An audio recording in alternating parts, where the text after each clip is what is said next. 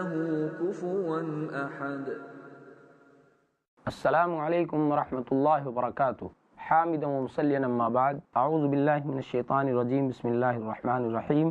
الحمد للہ الذی خلق السماوات والارض وجعل الظلمات والنور ثم الذین کفروا بربهم يعدلون هو الذی خلقکم من طین ثم قضى اجلا واجل مسمى عنده ثم انتم تمترون. ناظرین کرام، اب باری ہے سورۃ المائدہ کے بعد سورۃ الانعام کی. سورۃ الانعام میں اللہ رب العالمین نے ان جانوروں کا تذکرہ کیا ہے جن جانوروں کو، جن بہیمۃ الانعام کو کفار و مشرکین نے اپنے اوپر حرام کر لیا تھا.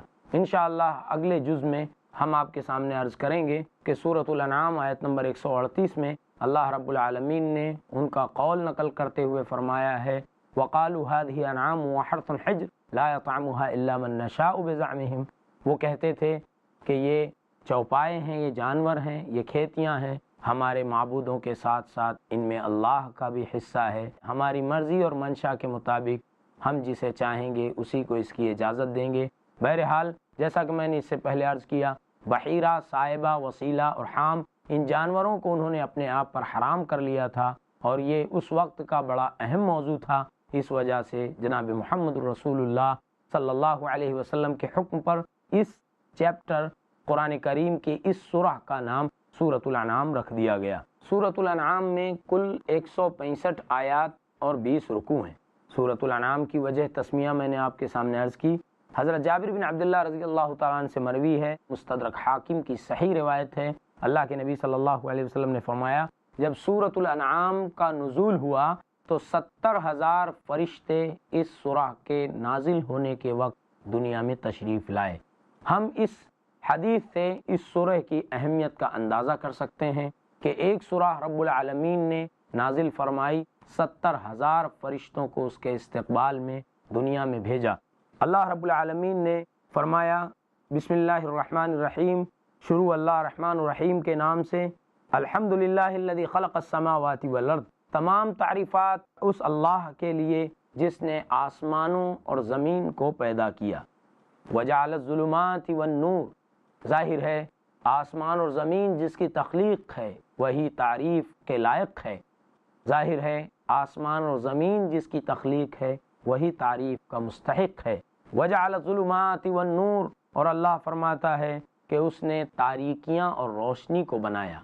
ایک بات قابل غور ہے کہ اللہ رب العالمین نے قرآن کریم میں کئی جگہ ظلمات اور نور کا تذکرہ کیا، لیکن جہاں بھی اللہ نے بیان کیا عموماً ظلمات کو جمع کا صیغہ استعمال کیا اور نور کے لیے واحد کا لفظ استعمال کیا.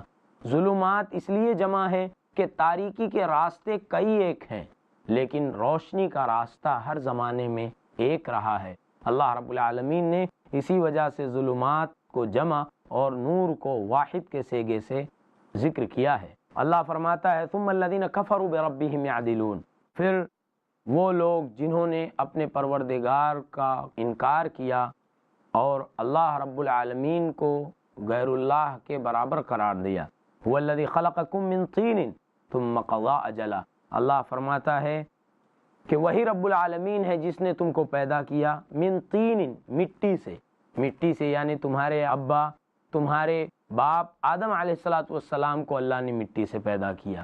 یا پھر انسانوں کی پرورش اور پرداخت کی بنیادی ضرورتیں مٹی ہی سے حاصل ہوتی ہیں. اس وجہ سے رب العالمین نے فرمایا وہی ہے جس نے تمہیں مٹی سے پیدا کیا، پھر تمہارے لیے ایک متعینہ مدت مقرر کر دی.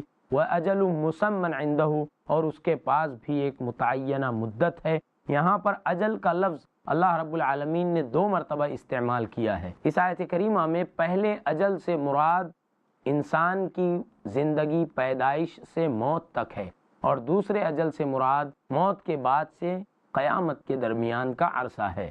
اس وجہ سے اللہ رب العالمین نے یہاں پر 2 مرتبہ اجل کا لفظ استعمال کیا اور فرمایا ثم انتم تمترون، ان حقائق کے باوجود بھی تمہیں اللہ رب العالمین پر، اس کی شریعت پر شک ہے، تم شک کرتے ہو. وَهُوَ اللَّهُ فِي السَّمَاوَاتِ وَفِي الْأَرْضِ، وہی رب العالمین، وہی اللہ ہے آسمانوں میں اور زمین میں. یعلم سرکم وجہرکم، تمہارے پوشیدہ چیزوں کو اور تمہاری ظاہری اعلانیہ چیزوں کو جانتا ہے. وَيَعْلَمُ مَا تَكْسِبُونَ، اور تم جو کچھ عمل کر رہے ہو رب العالمین وہ ساری چیزوں کو بخوبی جانتا ہے۔ سورۃ الانعام میں اللہ رب العالمین نے قیامت کا حوالہ دے کر کفار و مشرکین کے وتیروں کو واضح کیا ہے، ان کے طور طریقوں کو واضح کیا ہے، اور اللہ نے ان کے اعتراضات کو نقل کر کے ان کا جواب بھی دیا ہے۔ اللہ نے فرمایا اگلی آیتوں میں وَقَالُوا لَوْلَا أُنزِلَ عَلَيْهِ مَلَكٌ وَلَوْ أَنزَلْنَا مَلَكًا لَقُضِيَ الْأَمْرُ ثُمَّ لَا يُنظَرُونَ۔ اللہ فرماتا ہے کہ وہ یہ اعتراض کرتے ہیں کہ کیوں رسول اللہ صلی اللہ علیہ وسلم پر کسی فرشتے کو نہیں اتارا گیا، نازل نہیں کیا گیا۔ اللہ رب العالمین نے ان کے جواب میں فرمایا وَلَوْ أَنزَلْنَا مَلَكًا لَقُضِيَ الْأَمْرُ ثُمَّ لَا يُنظَرُونَ، یقیناً اگر ہم فرشتے کو نازل کرتے تو بھی ہمارے حکم کے مطابق ہی معاملات طے پاتے، ثُمَّ لَا يُنظَرُونَ، اس کے باوجود پھر انہیں مہلت نہیں دی جاتی۔ وَلَوْ جَعَلْنَاهُ مَلَكًا لَجَعَلْنَاهُ، اور اگر ہم نے نبی کو فرشتہ بنایا ہوتا لَجَعَلْنَاهُ رَجُلًا، تو فرشتہ بھی ہم انسان ہی کی شکل میں بھیجتے۔ وَلَلَبَسْنَا عَلَيْهِمْ مَا يَلْبِسُونَ، پھر وہ اعتراضات ان کے باقی ہی رہتے، پھر وہ شبہات میں پڑے ہی رہتے، پھر معاملات ان کے درمیان مشکوک ہی رہتے۔ اللہ رب العالمین نے اس انداز سے ہمیں سمجھانے کی کوشش کی ہے۔ اللہ رب العالمین نے اس طرح سے کفار و مشرکین کے جوابات دیے ہیں اور اپنے پیغمبر محمد الرسول اللہ صلی اللہ علیہ وسلم کی حوصلہ افزائی بھی کی ہے۔ اللہ فرماتا ہے وَلَقَدْ اسْتُهْزِئَ بِرُسُلٍ مِّن قَبْلِكَ فَحَاقَ بِالَّذِينَ سَخِرُوا مِنْهُمْ مَا كَانُوا بِهِ يَسْتَهْزِئُونَ، اے محمد صلی اللہ علیہ وسلم آپ سے پہلے بھی بہت سارے رسولوں کو آزمایا گیا۔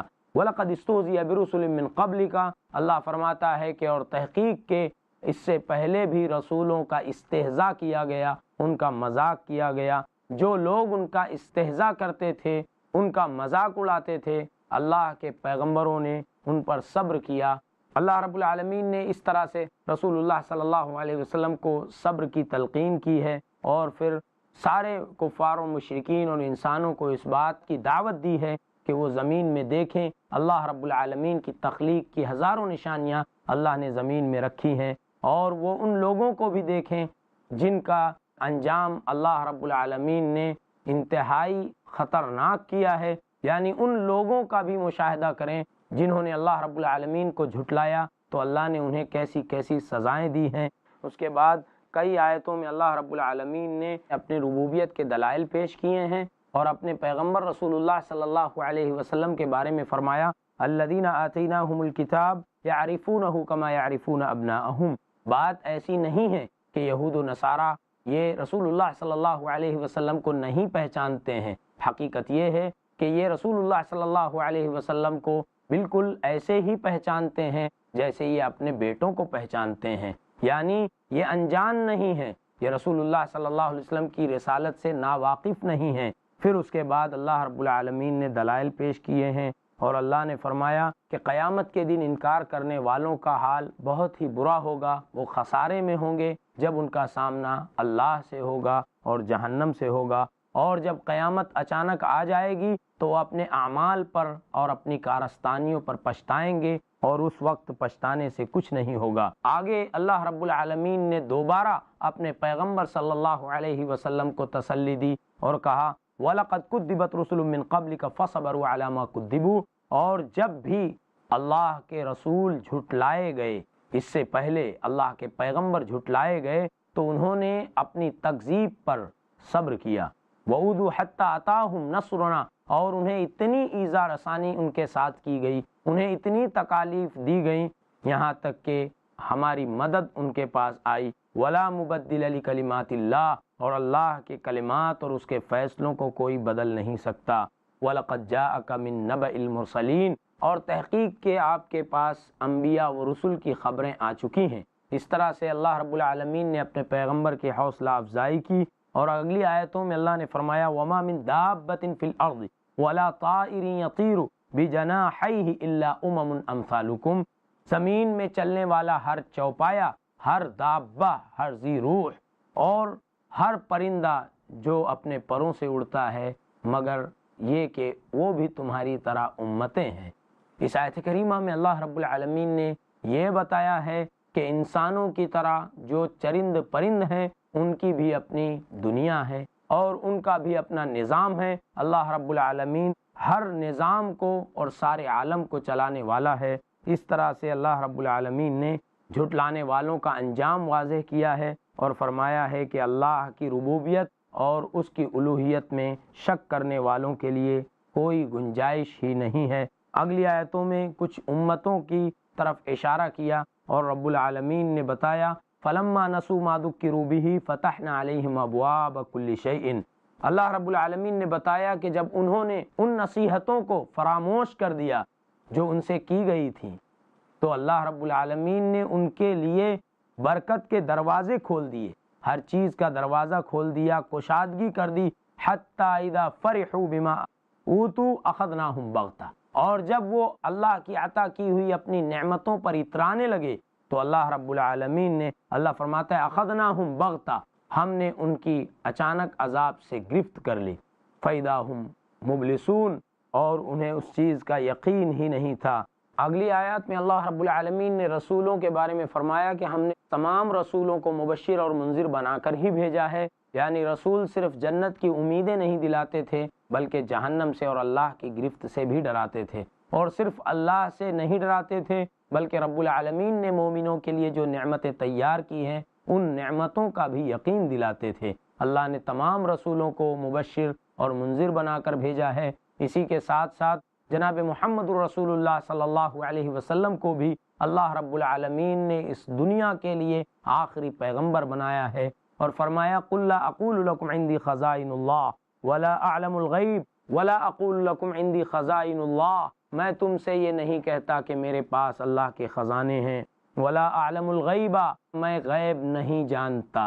ترجمہ کرنے والوں نے اور قرآن کریم کی شرح کرنے والوں نے یہاں بھی خیانت سے کام لیا ہے، اور انہوں نے اپنے تراجم میں یہ لکھا کہ میں غیب نہیں جانتا ہوتا، یا بعض جگہوں پر خیانتیں اور بھی طرح کی ہیں۔ اللہ رب العالمین نے اس قدر واضح الفاظ میں کہا کہ کہہ دیجئے وَلَا أَعْلَمُ الْغَيْبَ، میں کل کے بارے میں کوئی علم نہیں رکھتا، وَلَا أَقُولُ لَكُمْ إِنِّي مَلَكٌ، اور میں یہ بھی نہیں کہتا کہ میں ہی بادشاہ ہوں، وَلَا أَقُولُ لَكُمْ إِنِّي مَلَكٌ، اور میں تم سے یہ نہیں کہتا کہ میں کوئی فرشتہ ہوں، ان اتبع الا ما یوحى الی، میں تو انہی چیزوں کی پیروی کرتا ہوں جو میری طرف وحی کی جاتی ہے۔ پھر اس کے بعد اللہ نے سوال کیا ہے قل هل يستوي الاعمى والبصير افلا تتفکرون، کہہ دیجئے کہ کیا بینا اور نابینا برابر ہو سکتے ہیں، افلا تتفکرون، کیا تم اتنا تفکر اور تدبر نہیں کرتے۔ ناظرین کرام، اب وقت ہوا ہے ایک مختصر سے وقفے کا، وقفے کے بعد میں بہت جلدی آپ کے روبرو حاضر ہوں گا۔ السلام علیکم ورحمۃ اللہ وبرکاتہ۔ الفضل والتيجان والروح والريحان۔ اسلام کی بنیادیں 5 چیزوں پر ہیں، ان میں سے ایک ہے حج کرنا۔ لبیک اللہم لبیک، حج کرنا لازم اور فرض ہے زندگی میں کم سے کم ایک بار ہر مسلم کے لیے۔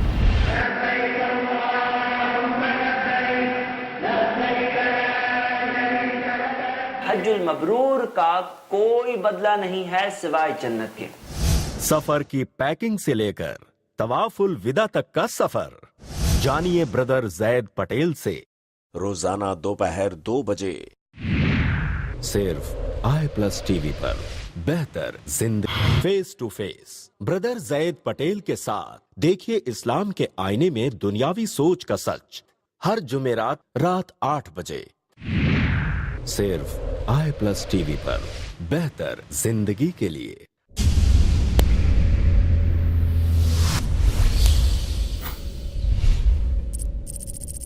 اپنے کیبل یا DTH آپریٹر سے i+ ٹی وی آج ہی ڈیمانڈ کریں۔ i+ T V free to air اور انڈین رجسٹرڈ چینل ہے۔ الفضل والتيجان والروح والريحان۔ السلام علیکم ورحمۃ اللہ وبرکاتہ۔ ناظرین کرام، وقفے کے بعد میں دوبارہ آپ کے روبرو حاضر ہوں۔ ہماری بات چل رہی تھی کہ دعوت فکر یہ ہے کہ رسول اللہ صلی اللہ علیہ وسلم کو اللہ نے جو تعلیمات سے نوازا، امی ہونے کے باوجود وہ نشانی ہے اور تصدیق ہے رسول اللہ صلی اللہ علیہ وسلم کی نبوت کی۔ آپ نے پچھلی کتابوں کے بارے میں تفصیلی باتیں کی، آپ نے انبیاء و رسول کی خبریں بتائیں، یہ ساری چیزیں واضح ہیں کہ رسول اللہ صلی اللہ علیہ وسلم کی رسالت سچی ہے۔ اللہ تبارک و تعالیٰ نے آگے اپنے پیغمبر کو نصیحت کرتے ہوئے فرمایا وَلَا تَطْرُدِ الَّذِينَ يَدْعُونَ رَبَّهُمْ بِالْغَدَاةِ وَالْعَشِيِّ يُرِيدُونَ وَجْهَهُ، اور جو صبح شام آپ کے ساتھ لگے رہتے ہیں اللہ رب العالمین کی خوشنودی چاہتے ہوئے، آپ ان کو اپنے پاس سے نہ ہٹائیے، نہ الگ کیجیے۔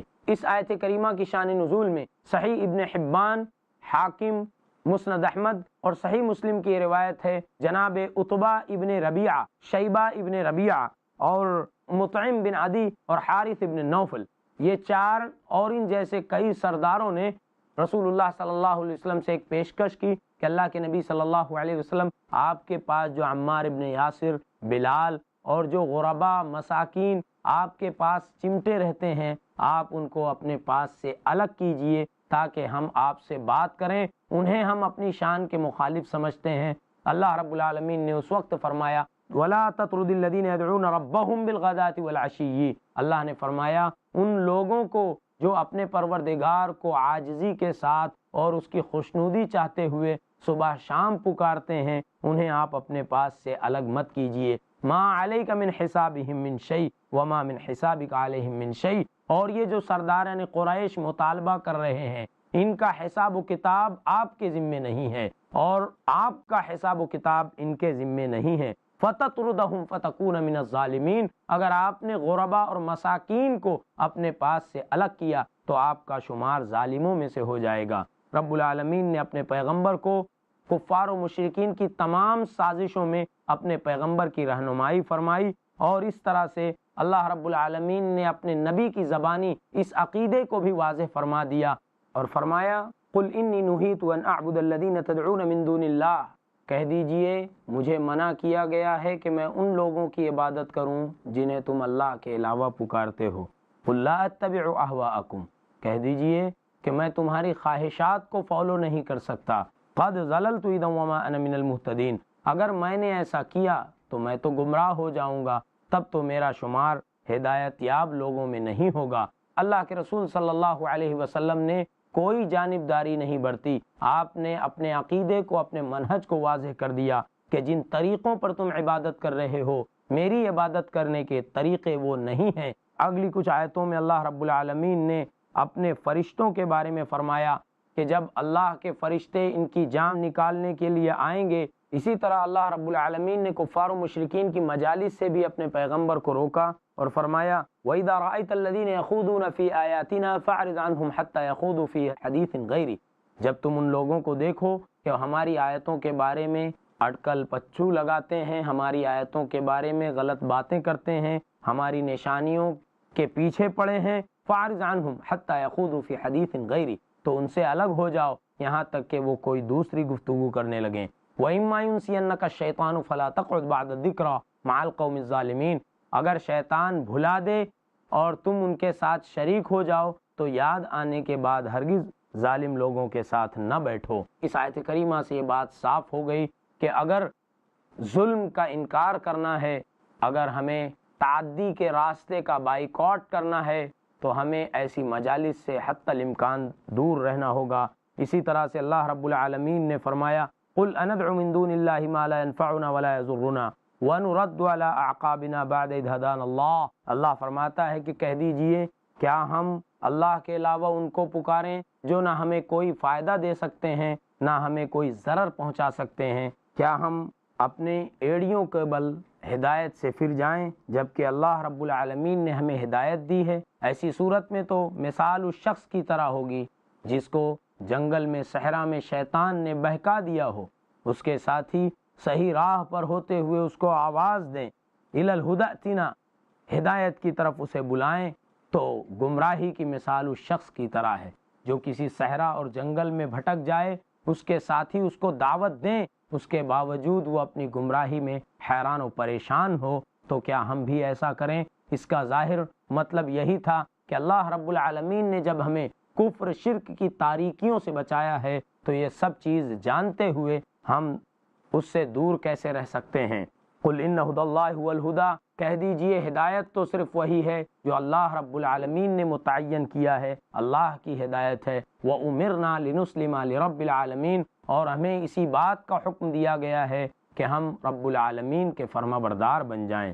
چند آیتوں کے بعد اللہ رب العالمین نے ابراہیم علیہ السلام کی پرورش اور پرداخت کے بارے میں فرمایا کہ وَإِذْ قَالَ إِبْرَاهِيمُ لِأَبِيهِ آزَرَ أَتَتَّخِذُ أَصْنَامًا آلِهَةً، جب ابراہیم نے اپنے ابا جان آزر سے کہا، بہت سے لوگوں نے اختلاف اس بات میں کیا ہے کہ ابراہیم علیہ السلام کے چچا کا نام آزر تھا، جبکہ اللہ رب العالمین نے صریح حکم کے ذریعے واضح کر دیا کہ ابراہیم علیہ السلام کے ابا کا نام ہی آزر تھا۔ لِأَبِيهِ آزَرَ أَتَتَّخِذُ أَصْنَامًا آلِهَةً، ابراہیم نے کہا اپنے باپ آزر سے، کیا آپ ان مورتیوں کو، ان اصنام کو، بتوں کو معبود بناتے ہو؟